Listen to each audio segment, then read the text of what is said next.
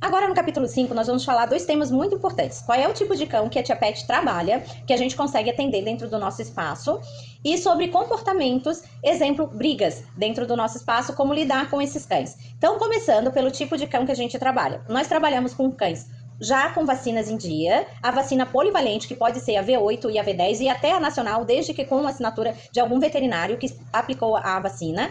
Trabalhamos também, precisa ter a vacina de raiva em dia, essas são as obrigatórias. A raiva a gente às vezes até deixa passar, porque não tem períodos de, a não ser se há casos em Florianópolis ou na grande Florianópolis de cães que apresentaram algum aspecto de raiva. Mas senão a gente até consegue só avisar que é obrigatório, né, e pedir a vacina, mas fazer a hospedagem ou a adaptação antes mesmo dele tomar essa vacina.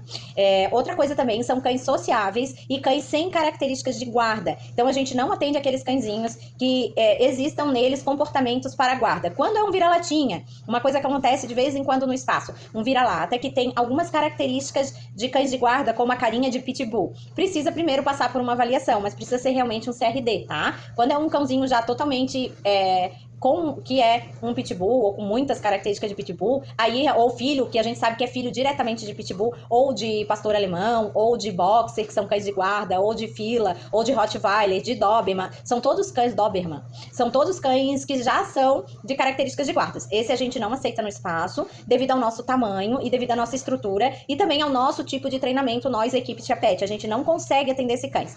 Estou passando também no nosso grupo Insights um texto bem correto de quando a gente recebe um pedido para receber um cão desse, o que a gente pode responder ao cliente, que às vezes muitas tias ficam em dúvidas, então segue lá o texto. Então esse é um outro propósito, mas voltando aqui. E agora também outra característica importante, os cães não castrados. As fêmeas que estão apresentando cio, elas não conseguem ficar no espaço, porque nós também aceitamos machos não castrados. Machos não castrados com mais de 8 quilos, a gente só aceita se não tem o hábito de pular. Machos não castrados com menos de 8 quilos e que tenham o hábito de pular, a gente trabalha com esquema de rodízio, botando eles com os machos para poder brincar, ou com cães que não se incomodem com aquela brincadeira deles de pular isso e aquilo, e causando muita briga ou venha a muito desentendimento, nós conversamos com tutores. Para conversar com os tutores, precisa passar por mim, não pode ir direto no tutor conversar, primeiro é contado o que está acontecendo, e eu sim vou dar a liberdade de conversar direto, ou eu falarei com o tutor. Então prestem bem atenção nesse requisito, e sempre que houver um cão que está incomodando por esse comportamento de não ser castrado, precisa conversar primeiro com a tia Milene. Depois, a gente vê um método de conversar com o tutor, ok? Para evitar qualquer problema, porque estamos tendo problemas. Agora, tipos de comportamentos que ocorrem no nosso espaço. Cães que brigam com determinados cães. Manterem sempre em grupos separados.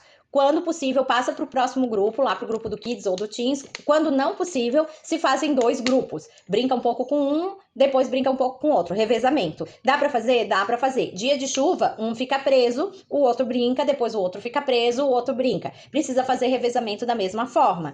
Então, em dia de sol mesmo, é muito tranquilo criar mais de um grupo. Fecha a porta, uma parte para dentro, uma parte para fora. Lógico, sempre separando aqueles que provocam briga ou que brigam entre si. Nos dias que tem mais de uma tia, então isso se torna ainda mais fácil. É só fazer 2 grupos, cada tia fica num grupo. Outra característica que a gente precisa ter é cachorros com grande gasto de energia.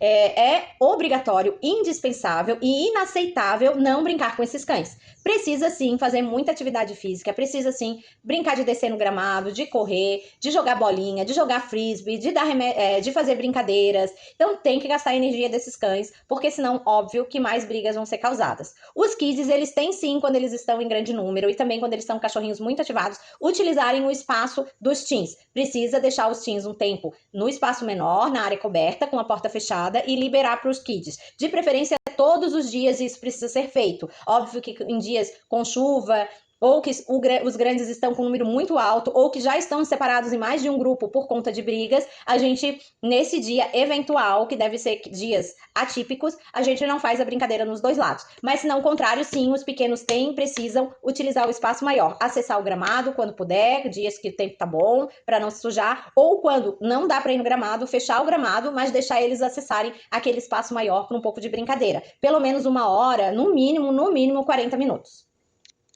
E essa separação em grupos também tem que ocorrer no lado dos kids quando necessário, quando existe briga entre eles, quando tá muito cheio, faz em 2 grupos é bem mais fácil. E inclusive na hora de distribuir para as brincadeiras de enriquecimento ambiental. Sempre quando tem muitos ou que tem cães muito agitados e os mais calmos, a gente separa em 2 grupos, tanto no kids quanto no teen.